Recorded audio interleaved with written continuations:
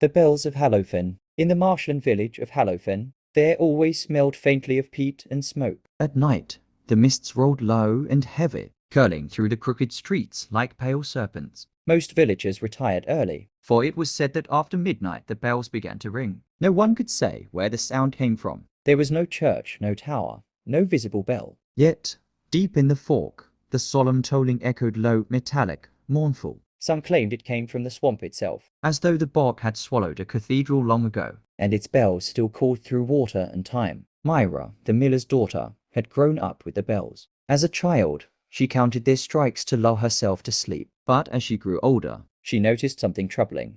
The bells seemed to change. some nights they rang 12 times, other nights 13, and once she swore she heard 14. Her grandmother, who was half blind and sharper than any knife, warned her, Each extra toll means a soul has been claimed. "Don't listen too close, girl." The swamp keeps its secrets. But Myra did listen, She kept a record. marking the tolls against the days the villagers went missing, fishermen who never came back from the reeds. Hunters who vanished in the bog. Every time the count rose, someone was gone. One fog-choked night, curiosity and fear drove her to follow the sound. She wrapped herself in her cloak, lit a lantern, and stepped into the marsh. The mud sucked at her boots, and the mist pressed so thick she could barely see her hand. Yet the bells were clear, closer, louder, pulling her deeper. Then, through the veil of fog, she saw them, not metal bells, But shapes swaying on invisible ropes, dark, hollow figures, hanging in the air like echoes given form. They moved with no wind, each toll shaking the reeds and water, and beneath them a dark mire bubbled,